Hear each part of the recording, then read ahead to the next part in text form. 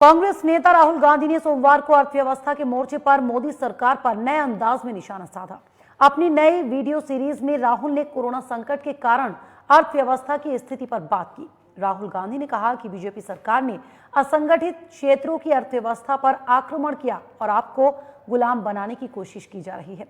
राहुल ने कहा कि 2008 में पूरी दुनिया में आर्थिक तूफान आया, अमेरिका की कंपनियां बंद हो गई, लेकिन भारत में कुछ नहीं हुआ। यूपीए की सरकार थी। मैंने मनमोहन सिंह जी से पूछा कि ऐसा कैसे हुआ। तब मनमोहन सिंह जी ने मुझे बताया कि भारत में दो अर्थव्यवस्थाएं हैं, पहली संगठित और दूसरी असंगठित। वीडियो में राहुल ने बताया कि संगठित अर्थव्यवस्था यानी बड़ी कंपनियां और दूसरी असंगठित में किसान, मजदूर आदि।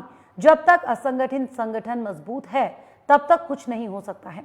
राहुल बोले कि पिछले 6 साल से बीजेपी की सरकार असंगठित अर्थव्यवस्था पर आक्रमण कर रही है। इसमें नोटबंदी गलत, जीएसटी, लॉकडाउन से ऐसा हुआ है।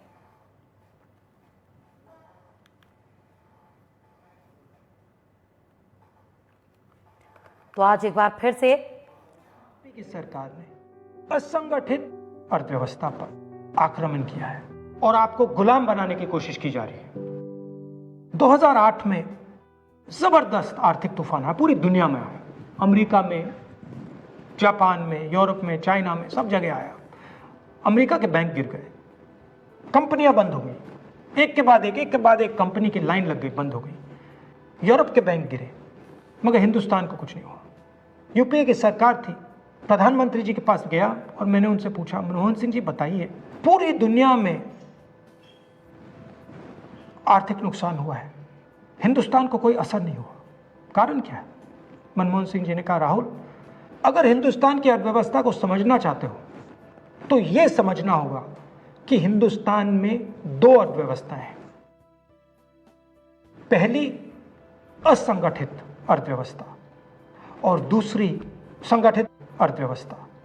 संगठित अर्थव्यवस्था में बड़ी कंपनियां, नाम आप जानते हो। असंगठित अर्थव्यवस्था में किसान, मजदूर, छोटे दुकानदार, मिडिल साइज कंपनीज। जिस दिन तक हिंदुस्तान का असंगठित सिस्टम मजबूत है, उस दिन तक हिंदुस्तान को कोई भी आर्थिक तूफान छू नहीं सकता। अब आज के दिन आते हैं। पिछले 6 साल से बीजेपी की सरकार ने असंगठित अर्थव्यवस्था पर आक्रमण किया है। 3 बड़े उदाहरण तो मैं आपको अभी दे देता हूं। नोटबंदी, गलत जीएसटी और लॉकडाउन। आप यह मत सोचिए कि लॉकडाउन के पीछे सोच नहीं थी। यह मत सोचिए कि गलती से आखिरी मिनट पे लॉकडाउन कर दिया गया है। इन तीनों का लक्ष्य हमारे इनफॉर्मल सेक्टर को खत्म करने का है।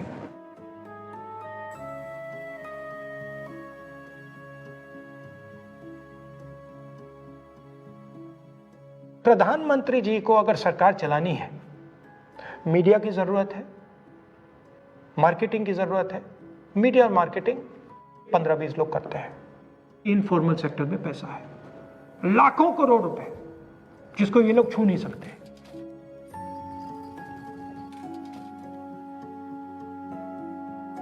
इसको ये लोग तोड़ना चाहते हैं, पैसा लेना चाहते हैं। इसका नतीजा आएगा। नतीजा यह होगा कि हिंदुस्तान रोजगार पैदा नहीं कर पाएगा। क्यों? क्योंकि इनफॉर्मल सेक्टर 90% से ज्यादा रोजगार देता है।